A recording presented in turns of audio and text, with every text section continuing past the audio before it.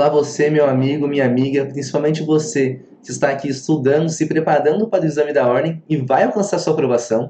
O meu nome é David Dias Arantes, eu sou membro do grupo de pesquisa Crítica do Direito e Subjetividade Jurídica da linha de pesquisa Filosofia e Teoria Geral do Direito, do mestrado da USP. Sou pesquisador PIBIC-CNPq, venho pesquisando ali há mais de 4 anos algumas temáticas relacionadas a direito, direitos humanos e filosofia, e fui aprovado no exame 34 da OAB, que é o exame que hoje vamos resolver algumas questões agora aqui de filosofia, tá bom? Antes de começar, peço que você pegue um papel, uma caneta para fazer algumas anotações e também me siga ali nas redes sociais, principalmente no Instagram, @daviddias_ra, que lá, eventualmente, eu sempre posto algumas questões, né, relacionadas à filosofia, a direitos humanos, para ajudar a gente a refletir e estar sempre atualizado, né, nos debates que vêm acontecendo no dia a dia, que pode também te ajudar, tanto para o exame da ordem, mas também para a atuação profissional. Certo? Pegou o caderno? Então, vamos lá. Bom, diferente de outras matérias que se cobra muito o texto da lei, em filosofia do direito acontece de forma um pouco diversa, né? Não dá para a gente cobrar do estudante, do OABeiro, que leia, né, profundamente todos os textos, os livros dos grandes e principais filósofos que podem cair na prova. Mas veja, são duas questões que podem fazer muita diferença ali para que você consiga êxito, que você consiga passar nessa primeira fase, e você vai ver que não é nada, não é nenhum bicho de 7 cabeças, a gente consegue resolver aqui conhecendo, né, os principais pensamentos, pelo menos, de cada filósofo ali, os principais que caem, e claro, resolvendo algumas questões anteriores, que é o que a gente vai fazer agora com o exame 34. Então, vamos lá. Veja, a primeira questão que cai, ela vai ali, né, sobre Thomas Hobbes. Thomas Hobbes, contratualista, entrando na Idade Moderna, é o debate que está se tendo sobre a Constituição, né? Está se criando o Estado moderno, eles estão debatendo o que é esse contrato social, para que serve o Estado. É nesse debate que Thomas Hobbes está inserido. Dito isso, vamos ler a questão e eu vou comentando aqui para a gente conseguir ir aprendendo um pouco essa matéria, tá bom? Então, começa com uma citação. Mas, tal como os homens, tendo em vista conseguir a paz e, através disso, a sua própria conservação, criaram um homem artificial, ao qual chamamos Estado. Assim, também criaram cadeias artificiais, chamadas leis civis, as quais eles mesmos, mediante pactos mútuos, prenderam numa das pontas a boca daquele homem ou assembleia a quem confiaram o poder soberano, e na outra ponta aos seus próprios ouvidos. Thomas Hobbes. Bem, aqui ele está dizendo o seguinte, algo muito importante. O Estado, as leis, não é uma questão natural, viu? Importante dizer isso. A lei não caiu do céu, né? Não surgiu do além. Ela foi criada, o Estado foi criado. E ele diz o seguinte, né? Que isso foi criado para preservar a própria conservação, para conseguir a paz na sociedade. E o que a gente faz? A gente abre mão um pouco da nossa liberdade para que, né, a gente consiga conviver. Thomas Hobbes vai falar aquela famosa frase, né, que atribui a ele, que o homem é o lobo do homem. Ele vai dizer o seguinte, então, sem o Estado, sem algumas leis que, de fato, tiram um pouco nossa liberdade no sentido de a gente fazer o que quiser, sem isso as pessoas iam sair se matando pela rua, fazendo o que quiser, e não daria para conviver em sociedade. Então, o Estado é necessário por isso. Vamos continuar na questão. E aí o examinador diz, em seu livro, Leviatã, Hobbes fala de um direito natural à liberdade, de preservar a própria vida. Porém, ele fala também da liberdade resultante do pacto que institui o Estado Civil, certo? Isso é, da liberdade dos súditos. Assinale a opção que expressa essa ideia de liberdade dos súditos segundo Hobbes no livro em referência. Tá bom, você pode ter lido, né, o Leviatã, claro que isso vai facilitar muito a sua vida, mas caso você não leu, fique calmo, a gente consegue resolver a questão. Aqui estão as alternativas, eu já vou responder dizendo que a letra correta é a letra D, mas vamos ver, passar uma a uma, para ficar bem claro porque a uma está certa e as outras incorretas. A letra E vai dizer, né, em respeito à liberdade dos súditos, que é agir conforme os princípios do direito internacional, das tradições, dos costumes que são amplamente conhecidos pelos governos e pelos povos. Não. Cada povo, né, vai estabelecer. Na época que ele está escrevendo isso, não estava nem consolidado, né, a questão do direito internacional ainda, e também não é essa questão de ser algo amplamente conhecido pelo governo ou pelos povos. Não é essa a finalidade que Hobbes está se referindo, tá bem? A letra B vai dizer que quer dizer, né, está relacionada à liberdade dos súditos a ser livre para instaurar uma assembleia soberana que decida acerca das condutas que serão permitidas, proibidas e obrigatórias no âmbito do Estado Civil.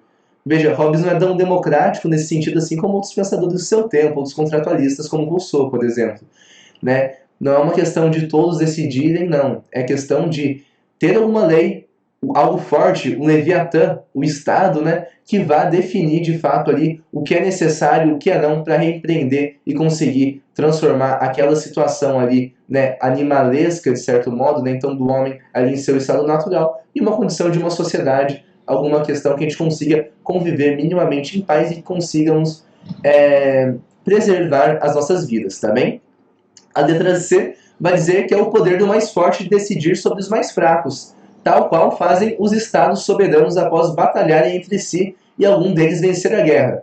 Não, ele está falando o contrário, né? Ele está falando que é necessário isso para evitar a guerra, né? Para que as pessoas, né, consigam, enfim, preservar a vida, né? A guerra seria o contrário, né? E essa questão do mais forte decidir sobre o mais fraco seria justamente a ausência. Um estado ali de todos contra todos, que é mais forte, sobrevive sobre o mais fraco. Não é sobre isso que Hobbes está falando quando diz de liberdade dos súditos. E por fim, a alternativa correta, a letra D, que é a liberdade para fazer coisas conforme elas foram reguladas pelo poder soberano, tais como comprar, vender e realizar outros contratos mútuos. A gente tem essa liberdade, claro, dentro de uma certa limitação instituída pelo Estado Civil, por esse pacto, por esse contrato social, tá bem? Partimos agora para a segunda questão de filosofia do direito que caiu no exame 34 da ordem. John Locke, notem, outro autor contratualista da mesma época ali da Idade Moderna. Então fiquem atentos a esse período, né, quando você estiver estudando pelo menos as principais ideias. Então veja, Thomas Hobbes, John Locke e Jean-Jacques Rousseau, os três mais importantes desse período. Eu acho que seria interessante, né, dar uma atenção maior nos estudos. Note, no exame 34 caíram 2 deles, além de outros autores mais contemporâneos, né, como Norberto Bobbio e assim por diante, mas esses 3 são essenciais que você estude para garantir aqui aqueles 2 pontinhos que vão fazer a diferença aí no seu exame da OAB, tá bem? Então, vamos para a questão. John Locke, em seu livro Segundo Tratado sobre o Governo, afirma que no estado de natureza as pessoas são livres, porém não possuem as condições da fruição da liberdade. Assim, é necessário instituir uma sociedade política com governo civil. Assinar a opção que, segundo o autor no livro em referência, expressa os fins da sociedade política e do governo. Notem, John Locke, pensador liberal, né, ele fala da necessidade do Estado, inclusive, né, ele está no mesmo debate que Thomas Hobbes, está falando sobre qual que é a natureza humana, né, no caso que ele está falando sobre direitos naturais, a gente vai ver aqui nas questões já, e também sobre qual seria a finalidade, né, desse governo, desse Estado, né, qual a finalidade desse contrato social para que a gente vive em sociedade, para que serve isso? Bom, a letra correta é a letra C, e vamos fazer, assim como a primeira questão, passar alternativa por alternativa para deixar bem límpido aqui quais são as questões certas e erradas e por quê. Veja. Letra A. Estabelecer um processo de dominação de classe.